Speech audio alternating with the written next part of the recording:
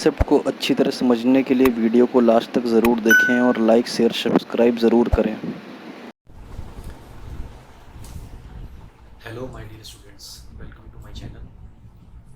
आज हम classification of linear partial differential equation of second order पढ़ने जा रहे हैं। ठीक है, सबसे पहले समझते हैं कि पार्शियल डिफरेंशियल इक्वेशन की ज़रूरत क्यों पड़ती है, application of partial differential equation की ज़रूरत क्यों पड़ती है।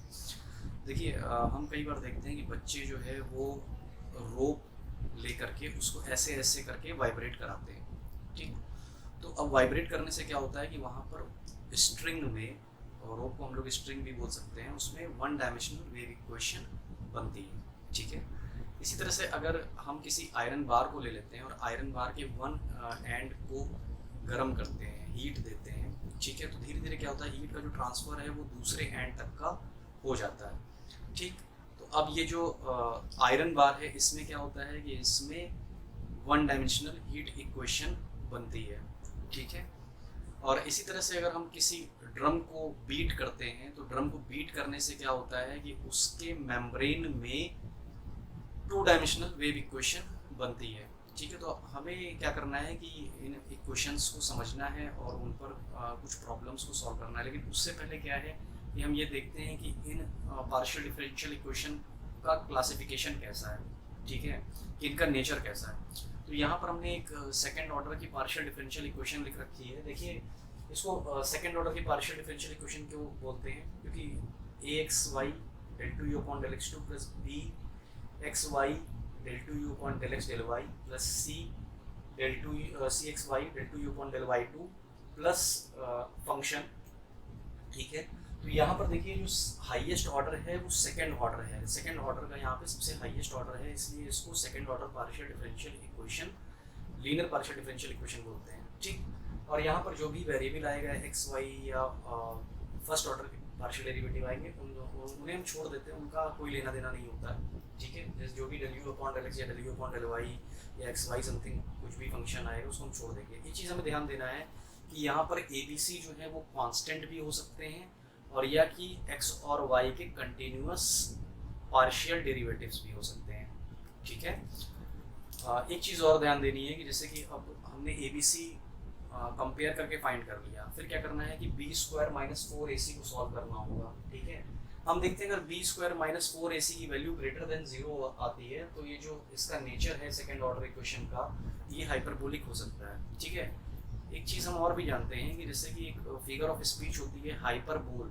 ठीक है, तो हाइपरबोल में क्या होता है, किसी भी चीज़ को बहुत ज़्यादा बढ़ा चढ़ा कर कहा जाता है। ठीक है, जैसे कि आई एम डाई ऑफ लाफर, ठीक है ना, आई एम डाइंग ऑफ लाफर। तो अब यहाँ पर क्या है कि एक इंसान जो है वो हंसने से मरा जा रहा है। ऐसा कभी भी देखिए पॉसिबल नहीं है कि कोई इंसान हंसने से मर जाए। ठीक है, तो यहाँ पर क्या है कि इस बात को बहुत बढ़ा चढ़ा कर कहा जा रहा है, इसलिए क्या है हाइपरबोल फिगर ऑफ स्पीच है।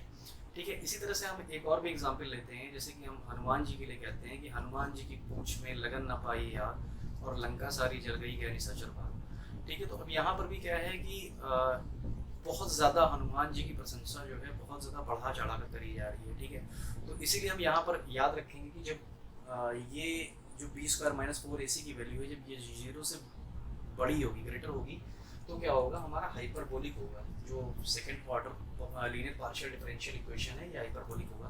देखिए, एग्जांपल्स को लिखने की कोई ज़रूरत नहीं है, ये सिर्फ आपके समझने के लिए है। ठीक है, इसी तरह से अगर बी स्क्वायर माइनस फोर ए सी की वैल्यू इक्वल टू जीरो हो जाए तो वो क्या होता है, पैराबोलिक होता है। इसी तरह से अगर लेस देन जीरो हो जाए तो वो क्या होता है, इलिप्टिक होता है। ठीक है, ये लिख रखा गया है। एक और एग्जाम्पल दे रखा गया है। ठीक है, कि जो वन डायमेंशनल वेव इक्वेशन होती है, यानी कि del two you upon del x two del two you upon del t two, ठीक है ना, ये क्या होती है, ये हाइपरबोलिक होती है। ठीक, इसको हम ऐसे भी लिख सकते हैं u x x equal to u t t. एक चीज़ आपको याद रखना है कि जैसे कि यहाँ पे यू टी टी लिखा गया है, अगर हम इसको ऐसा भी लिख दें यू वाई वाई लिख दें, ठीक है, और यहाँ पे वाई टू लिख दें, तो कोई फ़र्क नहीं है। जैसा कि अभी हमने बताया भी था कि एक्स और वाई में वेरिएबल हो सकते हैं, ठीक है, या यू और टी में हो सकते हैं, तो वेरिएबल चेंज कर सकते हैं। इससे आपको बिल्कुल भी घबराना नहीं है। यहाँ पर हमने एक ऑपरेटर लिख रखा है। ठीक है, ये इस तरह से है, del two you upon del x two plus del two you upon del x del Y plus del two you upon del Y two, इसे क्लासीफाई करना है। ठीक है, देखिए अगर ऑपरेटर में इक्वल टू जीरो लिखते हैं तो तो ये इक्वेशन हो जाएगी, और अगर इक्वल टू जीरो नहीं लिखा है, ठीक है, तो ये ऑपरेटर होगा। तो इसको कैसे भी पूछा जाए, चाहे ऑपरेटर करके पूछा जाए चाहे इक्वेशन करके पूछा जाए, मान लीजिए केवल ऑपरेटर करके लिखा हुआ है, ठीक है, तो ये ऐसे दिया जाएगा। ठीक, तो अब देखिए क्या करना है कि इसको जो भी ये टर्म लिखा हुआ है, ठीक है, second order partial differential equation, इससे कंपेयर कराना है। ठीक है, हम इक्वेशन की तरह इसको इक्वल टू जीरो करके पहले बता देते हैं। ठीक है, तो इसमें क्या होगा, जैसे कंपेयर कराएंगे ए की वैल्यू क्या हो जाएगी, यहाँ आप देख सकते हैं कि del two upon del x two, del two upon del x two, तो यहाँ पर कुछ भी नहीं लिखा है, इसका मतलब क्या है कि यहाँ पर 1 है। ठीक है, क्योंकि आप एक बात जानते हैं कि जहाँ पर कोई नहीं है वहाँ ईश्वर है, गॉड इज वन। तो जिसके साथ कोई वेरिएबल नहीं है वहाँ क्या है, 1 लिख सकते हैं। ठीक है, कोई कांस्टेंट अगर नहीं लिखा दिख रहा है वहाँ पर क्या है, 1 है। ठीक है, तो ए बी और सी क्या हो जाएगा, 1 हो जाएगा। ठीक है, अब हमें क्या करना है कि बी स्क्वायर माइनस 4ac की वैल्यू सॉल्व करनी है। ठीक है, तो बी स्क्वायर माइनस 4ac को सॉल्व करते हैं हम लोग। ठीक है, बी क्या है हमारा, 1 है, ए और सी क्या है, 1 है। ठीक, पुट कर देते हैं। तो देखिए यहाँ कितना आ जाएगा, 1 माइनस 4। ठीक, ये क्या हो गया, माइनस का 3, माइनस का 3 क्या है, 0 से छोटा आ रहा है। ठीक, अभी हमने पढ़ा था कि कोई चीज़ 0 से छोटी होगी तो जो नेचर होगा कैसा होगा, वो इलिप्टिक होगा। तो हम क्या लिख देंगे, hence operator is elliptic. Why the operator is elliptic, क्योंकि वैल्यू जो हमारी आ रही है वो बी स्क्वायर माइनस 4ac की वैल्यू लेस देन 0 आ रही है। ठीक है, अगेन एक और इक्वेशन है या ऑपरेटर है, ठीक है, उसको हमें दिखा बताना है कि वो उसका क्लासिफिकेशन कैसा होगा। मान लीजिए हम इसको इक्वेशन ही बोल दें, ठीक है, कि ये इक्वेशन है, कोई खास फर्क नहीं है इन दोनों में। ठीक, तो बस क्या है कि ऑपरेटर में इक्वल टू जीरो नहीं लिखा जाएगा और इक्वेशन जब भी होगी तो इक्वल टू जीरो लिखा रहेगा। ठीक है, तो उसको जैसे ही हम कंपेयर कराएंगे हमारे पास ए क्या आ जाएगा, ए आ जाएगा हमारा 4, बी क्या हो जाएगा 4 और सी क्या हो जाएगा 1। ठीक है, तो बी स्क्वायर माइनस 4ac की वैल्यू लिखने जा रहे हैं। बी की वैल्यू क्या है 4 का स्क्वायर, ए की वैल्यू क्या है 4 और सी की वैल्यू क्या है 1।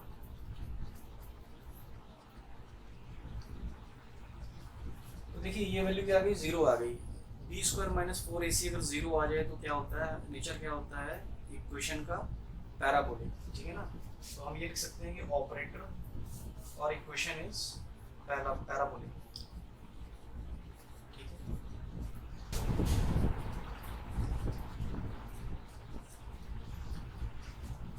देखिए इस तरह की क्वेश्चन दी हुई है कि 5 del two upon del x two minus 9 del two upon del x del Y plus 4 del two upon del Y two equal to 0। ठीक है, तो अब इसको भी हम क्या करेंगे, second order linear partial differential equation से कंपेयर करा देंगे।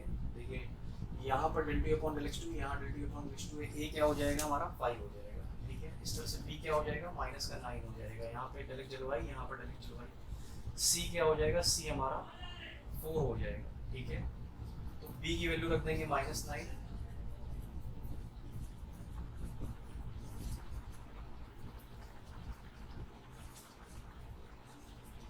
देखिए यहाँ क्या आ गया, बी की वैल्यू जब आपने -9 रखो तो -9 का स्क्वायर 81 हो गया।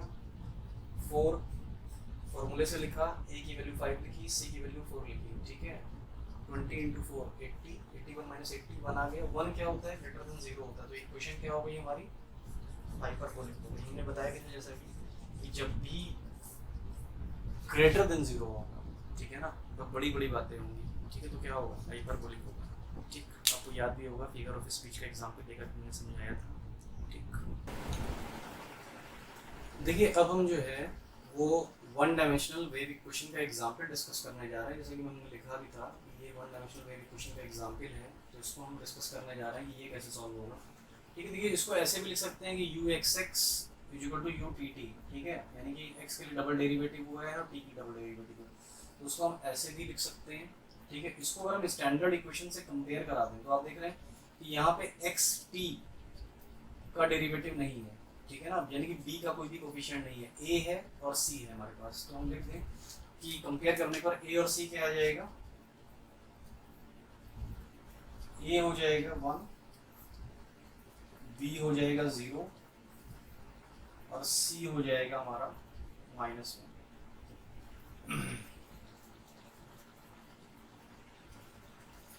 देखिए हम बी स्क्वायर माइनस फोर ए सी सॉल्व करने जा रहे हैं। बी की वैल्यू अगर हम 0 रख दें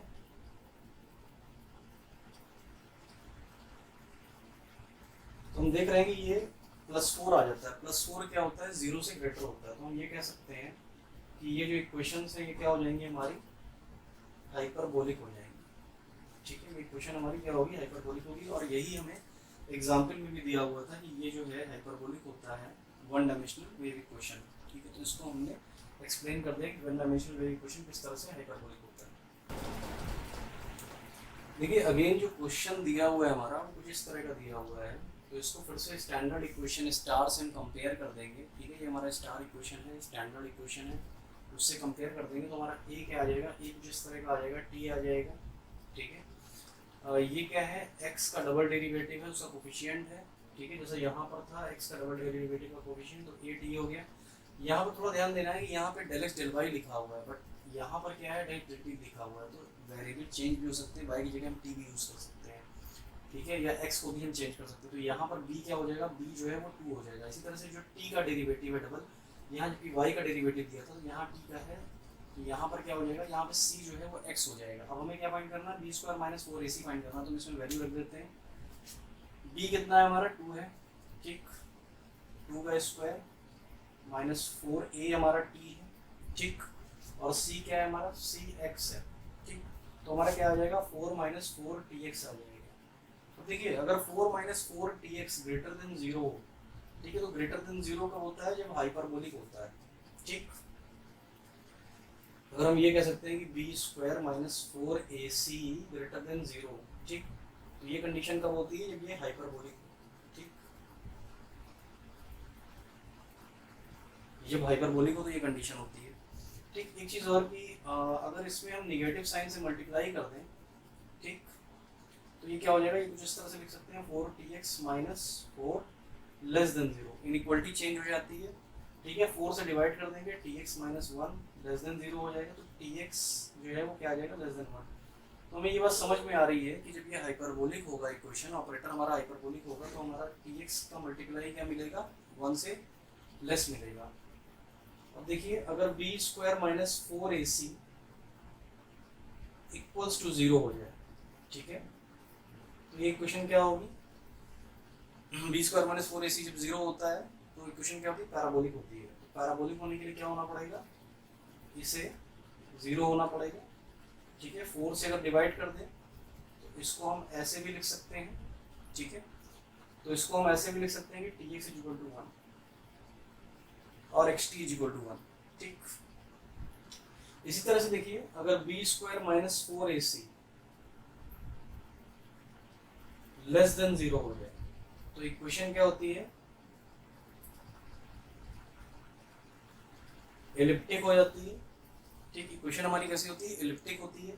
ठीक, तो एलिप्टिक होने के केस में क्या होगा,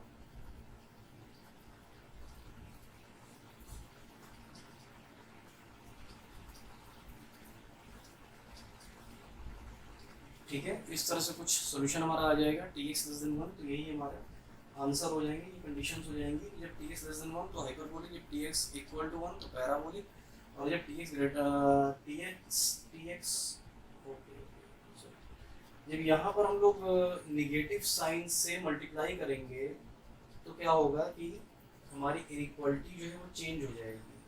ठीक, इनइक्वालिटी चेंज हो जाएगी तो यहाँ पर आएगा tx ग्रेटर देन 1। ये बहुत इंपॉर्टेंट है, आपको निगेटिव साइन से मल्टीप्लाई करके इनइक्वालिटी चेंज करना पड़ेगा। ठीक है, तो इस तरह से हमारी इनइक्वालिटी यहाँ पर चेंज होगी, जैसा कि यहाँ भी किया था हमने, इनइक्वालिटी को चेंज किया था। तो जब tx लेस देन 1 होगा तो हाइपरबोलिक होगा, जब tx इक्वल टू 1 होगा तो पैराबोलिक होगा, और जब tx ग्रेटर देन 1 होगा तो क्या होगा, इलिप्टिक होगा। ठीक, देखिए अब हमें क्या शो करना है कि ये जो इक्वेशन हमारी दी हुई है, ठीक है, ये इलिप्टिक है, x अगर ग्रेटर देन 0 है और अगर हाइपरबोलिक है x लेस देन 0 है। तो हम फिर से अगेन देखते हैं कि इसको कैसे किया जाए। तो जस्ट हम इस इक्वेशन को लिख लेते हैं अगेन। ठीक,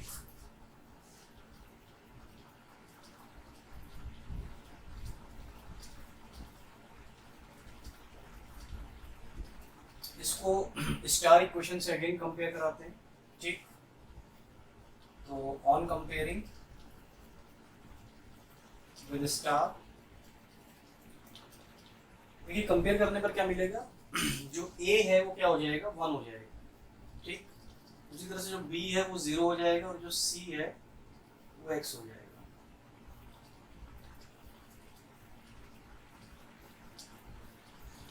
यहाँ आप देख सकते हैं कि x और y का डेरिवेटिव मिसिंग है, ठीक है, तो इसलिए क्या होगा, b 0 होगा। अब हम B square minus 4ac solve कर लें, B square minus 4ac solve करते हैं, ठीक। देखिए यहाँ पर अगर x की वैल्यू जो है वो अगर 0 से ग्रेटर हो, x अगर 0 से ग्रेटर होगा तो 4x भी क्या मिलेगा, 0 से बड़ा मिलेगा। इसका मतलब ये क्या हो जाएगा, हाइपरबोलिक, ठीक है। उसी तरह से अगर x 0 हो जाए, ठीक है, तो 4x भी क्या हो जाएगा, 0 हो जाएगा, ये क्या हो जाएगा, पैराबोलिक, ठीक। उसी तरह से अगर x लेस देन 0 हो जाए तो 4x क्या हो जाएगा, लेस देन 0 हो जाएगा, ये क्या हो जाएगा, इलिप्टिक।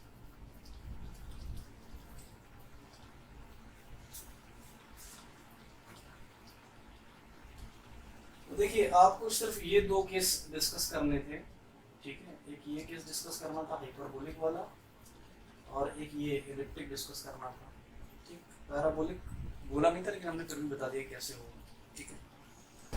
अब देखिए ये क्वेश्चन क्या कह रहा है कि शो दैट द इक्वेशन, ये इक्वेशन दी हुई है, ये किन वैल्यूज के लिए जो है वो इलिप्टिक होगा, इस रीजन में, इस रीजन के लिए इलिप्टिक होगा, और ये अगर बाउंड्री पे होगा, ठीक है ना, तो ये पैराबोलिक होगा, और अगर आउटसाइड होगा इस रीजन के, कुछ ऐसा रीजन दिया हुआ है x square plus y square something करके, ठीक है, तो इसमें बताना है कि ये हाइपरबोलिक कब होगा, पैराबोलिक कब होगा और इलिप्टिक कब होगा, ठीक। तो देखिए एक चीज़ इसमें ध्यान देने की है कि जैसे यहाँ पे z एक्स दिया है, अभी तक हम लोग u एक्स लिख रहे थे या del two you upon del x लिख रहे थे, तो वेरिएबल चेंज कर सकते हैं, u की जगह z भी लिख सकते हैं, तो कोई दिक्कत नहीं है। जैसे इसको भी हम क्या करेंगे, जैसा अभी स्टार्टिंग से कर रहे थे कि स्टैंडर्ड इक्वेशन से कंपेयर करा रहे थे सेकंड ऑर्डर की, इसको भी कंपेयर करा लेंगे। तो हम इस इक्वेशन को फिर से लिख लेते हैं यहाँ,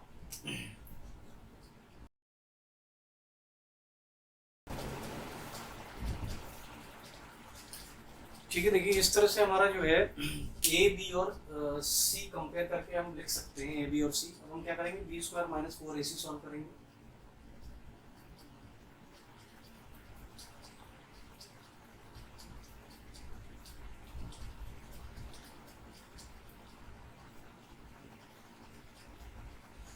ठीक है। तो b की वैल्यू क्या है, 2x और a 1 रख दिया, c 1 माइनस वाई स्क्वायर रख दिया, ठीक है।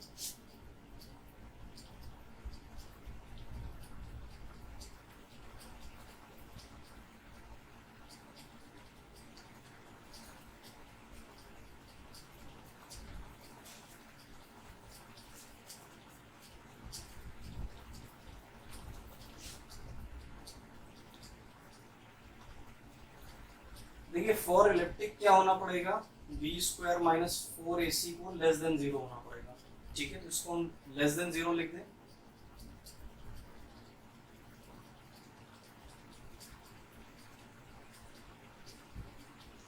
फोर से डिवाइड कर दें, ठीक। तो ये इस तरह से भी लिख सकते हैं आप, 1 को इधर भेज दें तो ये क्या हो जाएगा, ये आ जाएगा। तो देखिए ये जो कंडीशन है ये कही गया कि इलिप्टिक की आ गई। इसी तरह से देखिए आगे देखते हैं पैराबोलिक के लिए, फॉर पैराबोलिक, पैराबोलिक में क्या होगा कि जो बी स्क्वायर माइनस 4ac है ये 0 हो जाएगा। तो इस तरह से जब आप कहेंगे कि ये जो इक्वेशन है 4x square minus 4 plus 4y square, ठीक है ना, ये 0 होगी, इसमें 4 से डिवाइड कर देंगे आप, ठीक, ये इस तरह से आ जाएगा। तो x square plus y square क्या आ जाएगा, 1 आ जाएगा। ये क्या होता है कि सर्किल का इक्वेशन होता है। तो जब भी सर्किल में पॉइंट जो है वो अगर सरकमफेरेंस पे पड़ेंगे, ठीक है, जो भी सरकमफेरेंस पर पॉइंट होंगे उनके लिए क्या होगा, ये जो इक्वेशन है ये पैराबोलिक होगा, ठीक है। अगर पॉइंट इनसाइड द सर्किल आते हैं तो क्या होगा, ये इलिप्टिक होगा। इसी तरह से फॉर हाइपरबोलिक क्या होगा, और हाइपरबोलिक के लिए क्या होगा कि ये जो कंडीशन है हमारी बी स्क्वायर माइनस 4ac, ठीक है, इसको लेस देन 0 होना पड़ेगा। तो इसको अगेन यहाँ पर जो हम लेस देन 0 लिख रहे थे, इसको क्या लिखेंगे, ये लिखेंगे ग्रेटर देन 0, ठीक है। इसको जैसे ग्रेटर देन 0 लिखेंगे तो हमें क्या मिल जाएगा,